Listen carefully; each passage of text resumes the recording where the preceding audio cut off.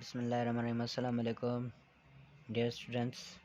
आज का जो हमारा लेक्चर है rate of breathing during rest and exercise, यानी रेस्ट के दौरान जो हम ब्रीथिंग करते हैं, कितनी मरतबा करते हैं, उसे हम रेट ऑफ ब्रीथिंग कहेंगे। ठीक है। और एक्सरसाइज के दौरान और इन दोनों में फ़र्क क्या है, क्यों होती है। ठीक है, ये आज हम रीज़न पढ़ेंगे। During rest, an adult man can breathe 12 to 20 times per minute। यानी रेस्ट के दौरान एक एडल्ट जो पर्सन होगा वो क्या करेगा, 12 से 20 मरतबा 1 मिनट में ब्रीथ करेगा, सांस अंदर लेगा और छोड़ेगा। ठीक है। और इसमें क्या होगा, एनर्जी इज़ प्रोड्यूस्ड होगी वो अकॉर्डिंग टू एक्सपेंडिचर, यानी जो जितनी खर्च हो सकेगी, जितनी हम इस्तेमाल कर सकेंगे, यूज़ कर सकेंगे, उतनी एनर्जी हमारे मसल्स में पैदा होगी, क्योंकि ऑक्सीजन की सप्लाई उतनी हो रही है। जब हम एक्सरसाइज स्टार्ट कर देते हैं तो एक्सरसाइज के दौरान एनर्जी इस्तेमाल होती है एटीपी की फॉर्म में। ठीक है। वो एटीपी जो प्रोड्यूस होती है तब तक एरोबिक रेस्पिरेशन से प्रोड्यूस होती है। अब एरोबिक रेस्पिरेशन क्या है, आपको याद होगा, हमने अगले लेक्चर में पहले भी पढ़ लिया है कि एरोबिक रेस्पिरेशन क्या है। टाइप ऑफ रेस्पिरेशन है जिसमें क्या हो रहा है कि type of respiration in which oxygen is used to break the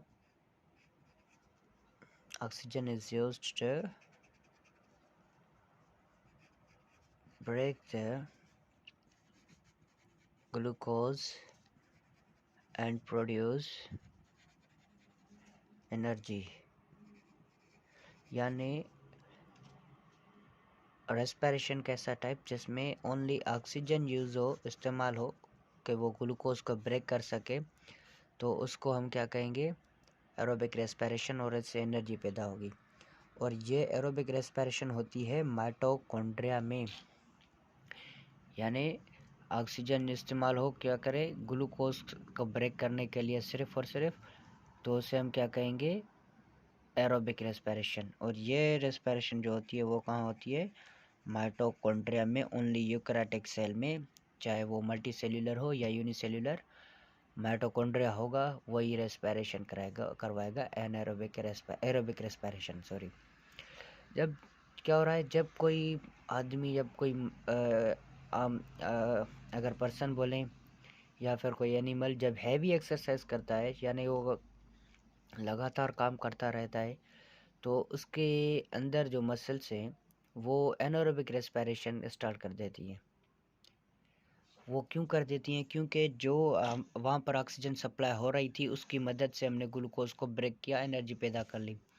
लेकिन अब हम एक्सरसाइज को परसिस्टेंट यानी कंटिन्यू कर रहे हैं और रुक नहीं रहे हैं, उसको काम को हम जारी रख रहे हैं, तो हमारे मसल्स क्या कर रहे हैं, उस एनर्जी को यूज़ कर रही हैं और एनर्जी ख़त्म हो जाती है।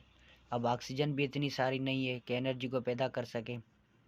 फिर क्या करें कि वहाँ पर कार्बन डाइऑक्साइड का अमाउंट ज़्यादा हो गया है और एंजाइम्स भी मौजूद हैं। अब सेल ने क्या करना है, सेल ने ये करना है कि उस कार्बन डाइऑक्साइड और एंजाइम को इस्तेमाल करके उस ग्लूकोज को ब्रेक करेंगे, ताकि उनसे जो थोड़ी बहुत एनर्जी है वो इस्तेमाल प्रोड्यूस हो सके और वो अपना काम जारी कर सकें। आपने देखा होगा कि आपने कभी बाइसेप ट्राइसेप या कोई हार्ड वर्क किया हो तो उसके बाद आपको बहुत ज़्यादा थकान होती है महसूस, और मसल्स में पेन भी होता है। वो इस वजह से होता है कि आपके मसल्स में लैक्टिक एसिड प्रोड्यूस होती है, क्योंकि वहाँ पर कार्बन डाइऑक्साइड अब ज़्यादा हो गया था। उस कार्बन डाइऑक्साइड की मदद से हमने ग्लूकोज को ब्रेक किया, और ग्लूकोज को ब्रेक किया तो वहाँ पर लैक्टिक एसिड फार्म हुई, और जो कि हमारे मसल्स के लिए बहुत ज़्यादा नुकसानकार है, तो इसीलिए उसे रिमूव करना होगा। ठीक है। अब हमने जब इतनी ज़्यादा अमाउंट में एक्सरसाइज कर ली तो हमारे अंदर एनर्जी जो थी वो तो ख़त्म हो गई। अब हमें क्या करना है, एनर्जी को पैदा करने के लिए एनएरोबिक रेस्पिरेशन स्टार्ट करनी है। एनएरोबिक रेस्पिरेशन, ये दो टर्म्स आप याद रखें, एक एरोबिक रेस्पिरेशन, दूसरा anaerobic respiration. Aerobic means with oxygen हो और anaerobic means without oxygen. An का एन के मतलब हो गया विद आउट। ठीक है। अगर विदाउट ऑक्सीजन हो गया तो वो हो गया एनएरोबिक रेस्पिरेशन, फिर चाहे वो ऑक्सीजन कार्बन डाइऑक्साइड की मदद से हो या एंजाइम की मदद से हो। और this sufficient amount of energy, यानी जो एनएरोबिक रेस्पिरेशन से हमें एनर्जी मिलेगी वो काफ़ी है किसी भी चीज़ को किसी भी वर्क को स्टार्ट करना।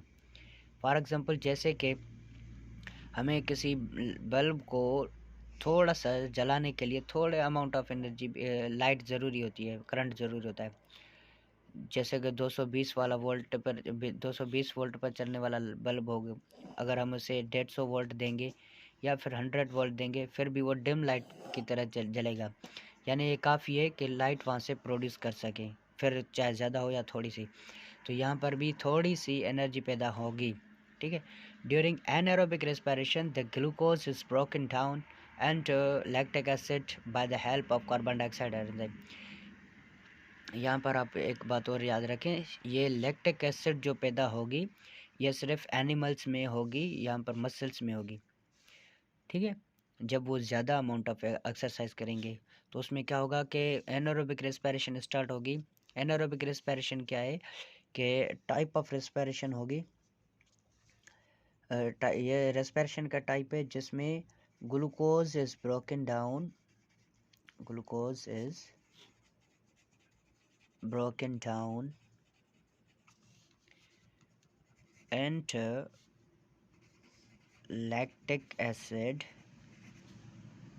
or ethyl alcohol by carbon dioxide or enzyme. यानी एंजाइम या कार्बन डाइऑक्साइड की मदद से, एंजाइम या कार्बन डाइऑक्साइड की मदद से हम किसको ब्रेक करें, ग्लूकोज को ब्रेक करें और पैदा क्या हो, इथाइल अल्कोहल या लैक्टिक एसिड हो, तो उसे हम क्या कहेंगे, anaerobic respiration. During anaerobic respiration the glucose is broken down into lactic acid, यानी anaerobic respiration के मदद से ग्लूकोज लैक्टिक एसिड में प्रोड्यूस होता है। वो किसकी मदद से होता है, एंजाइम या कार्बन डाइऑक्साइड की मदद से, ठीक है। This lactic acid is harmful and cause muscles cramp and pen.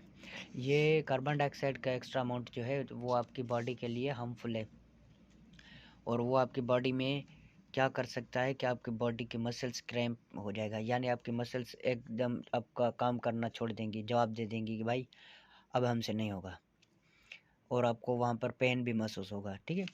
The amount of oxygen is decreased, यानी हमारे ब्लड में जो होगा अमाउंट ऑफ ऑक्सीजन क्या होगा, डिक्रीज होगा और कार्बन डाइऑक्साइड का अमाउंट ज़्यादा हो जाएगा।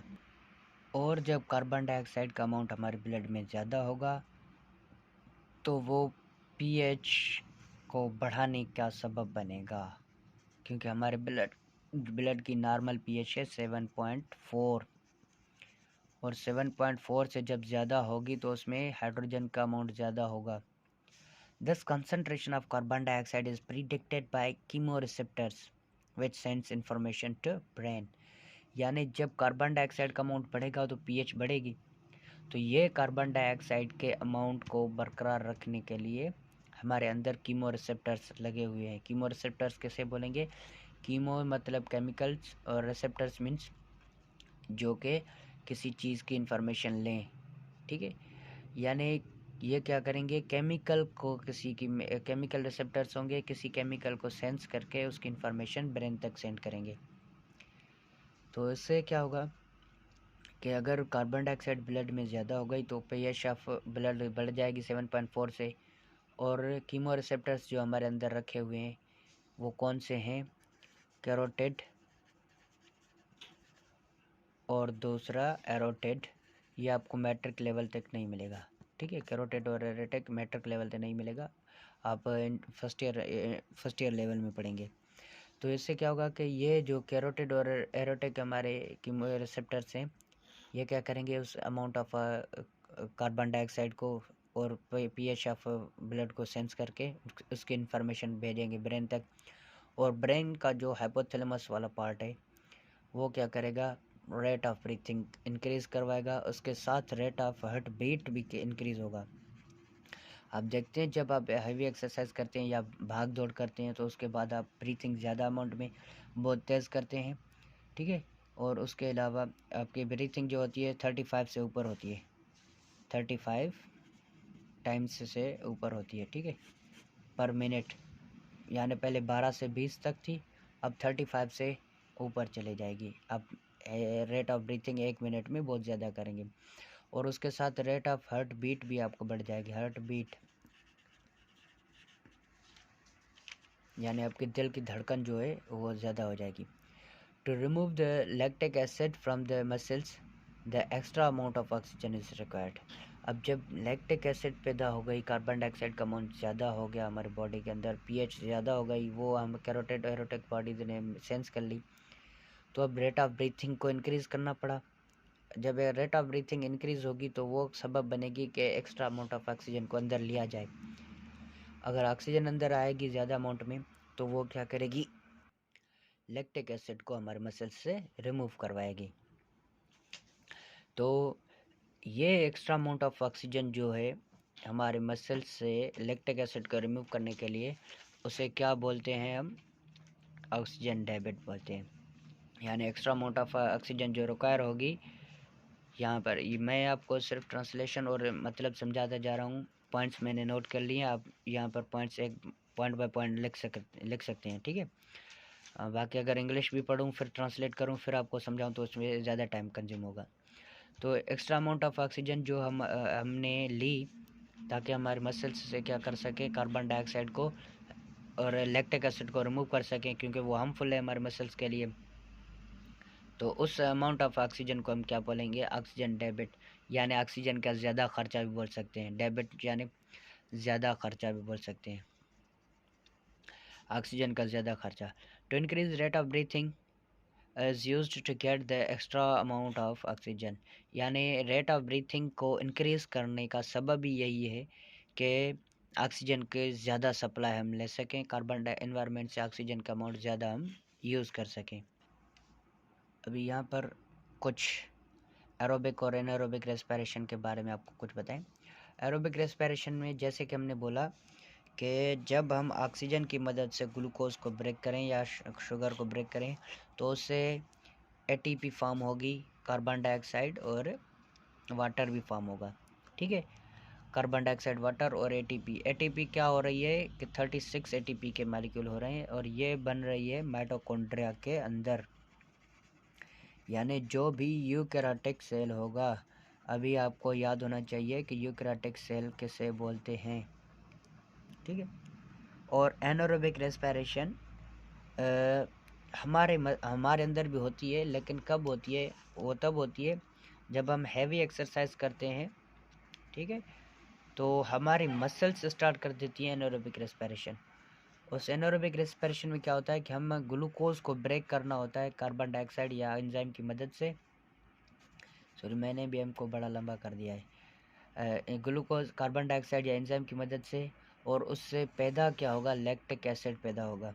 ये ह्यूमन में, ये आप नोट करना है कि मैन में या फिर किसी एनिमल में मसल्स में जो पैदा होगा लैक्टिक एसिड पैदा होगा ग्लूकोज में। और बैक्टीरिया क्या करेगा, बैक्टीरिया उस ग्लूकोज के एंजाइम या कार्बन डाइऑक्साइड की मदद से ब्रेक करेगा, लेकिन उसका जो बाय प्रोडक्ट होगा वो इथाइल अल्कोहल होगा, लैक्टिक एसिड नहीं होगी, ठीक है। उसमें अलग सा मैकेनिज्म रखा हुआ है। तो इसी वजह से इथाइल अल्कोहल प्रोड्यूस होगा बैक्टीरिया में। एनारोबिक रेस्पिरेशन की प्रोडक्ट क्या होगी, इथाइल अल्कोहल। और मैन में एनारोबिक रेस्पिरेशन की प्रोडक्ट क्या होगी, लैक्टिक एसिड प्रोडक्ट होगी। तो ये था एरोबिक और एनारोबिक रेस्पिरेशन में। अभी थोड़ा सा एक और पॉइंट ले कि जब आप हैवी एक्सरसाइज करोगे तो आपके रेट ऑफ ब्रीथिंग इंक्रीज होगा। आपके अंदर दो रिसेप्टर्स हमने बताए, कैरोटिड और एरोटिड। कैरोटिड और एरोटिक, कैरोटिक, ठीक है, कैरोटिड बॉडीज़ जो थी और एरोटिड बॉडीज़, इन दोनों का यही काम था कि आपके अंदर कार्बन डाइऑक्साइड और वाटर उसकी ब्लड की पीएच को क्या कर सकें, सेंस कर सकें। अब ये कैरोटिड बॉडी जो होगी आपके ब्रेन के तरफ यानी आपके हेड के तरफ जाने वाले वीन्स आर्टरीज में होंगी, ठीक है। और कहाँ जाएंगी, ब्रेन यानी हेड की तरफ। आपकी जब हेड की तरफ जो जाने वाली आर्टरीज होंगी उनमें होगा। अब वो क्या करेगा, जब वहाँ से या हमारी बॉडी से ब्लड फ्लो होगा, ज़्यादा अमाउंट में हमने एक्सरसाइज कर ली, तो क्या करेगा, उसको सेंस करेगा, ब्रेन तक इन्फॉर्मेशन देगा। और हमारे बॉडी के जो भी पार्ट्स के पास ब्लड जा रही है, ठीक है, तो वो उससे कौन सेंस करेगा, एरोटिक कीमोरिसेप्टर। कैरोटिक कीमोरिसेप्टर ब्रेन या हेड की तरफ जाने वाले ब्लड को सेंस करेगा, उसकी पीएच को चेक करेगा, और एरोटेट जो हमारी बॉडी की तरफ ब्लड फ्लो हो रही है उसको सेंस करेगा। ठीक है, ये दो हमारे अंदर कीमोरिसेप्टर्स रखे हुए हैं। फिर उसकी इन्फॉर्मेशन ब्रेन तक जाएगी, फिर ब्रेन क्या करेगा, हाइपोथैलेमस को एक्टिवेट करेगा। अब रेट ऑफ ब्रीथिंग कौन कंट्रोल करता है, हाइपोथैलेमस करता है। ठीक है, वो हाइपोथैलेमस क्या करेगा, हमारे अंदर ब्रीथिंग और हार्ट बीट को इंक्रीज करवाएगा। एक्स्ट्रा अमाउंट ऑफ ऑक्सीजन हम लेंगे, फिर हम लैक्टिक एसिड को क्या करेंगे, हमारे मसल्स से रिमूव करेंगे। और ये लैक्टिक एसिड सिर्फ ऐसे ही रिमूव नहीं होगी, ये लैक्टिक एसिड हमारे ब्लड में आएगी, फिर ब्लड से हमारे लिवर में आएगी, फिर लिवर क्या करेगा, लिवर इस लैक्टिक एसिड को फिर से ब्रेक करेगा, ताकि इसमें जो बची खुची जो एनर्जी थी, जो थोड़ी बहुत रह गई थी एनर्जी, वो एनर्जी भी हासिल कर सकें। थोड़ी बहुत नहीं, बहुत सारी रह गई थी। एनारोबिक रेस्पिरेशन की जो एनर्जी प्रोडक्ट होती है वो 4 एटीपी मालिक्यूल होते हैं, 4 एटीपी के मालिक्यूल होते हैं। ठीक है, इतना ज़्यादा अमाउंट ऑफ एनर्जी नहीं है, 36 से 4 एटीपी के मालिक्यूल बन रहे हैं भाई। जहाँ पर 36 एटीपी के मालिक्यूल काम कर रहे थे, वहाँ पर 4 एटीपी के मालिक्यूल काम कर रहे हैं। तो ये सिर्फ स्टार्ट कर सकते हैं इससे काम, लेकिन काम नहीं चलेगा। इसीलिए हमारे मसल्स में पेन काज होता है, क्योंकि लैक्टिक एसिड मौजूद है, ये एसिड है। तो इंशाल्लाह फिर हम अगले न्यू वीडियो में मिलेंगे। तब तक अपना ख्याल रखें, और इसको जो आपको क्या करना है, बार बार स्टडी करनी है, और अपने माइंड को सेट करना है कि स्टडी करोगे तो ये तभी ये समझ में आएगा, ऐसे नहीं आएगा भाई। खुदा हाफिज़, पढ़ो।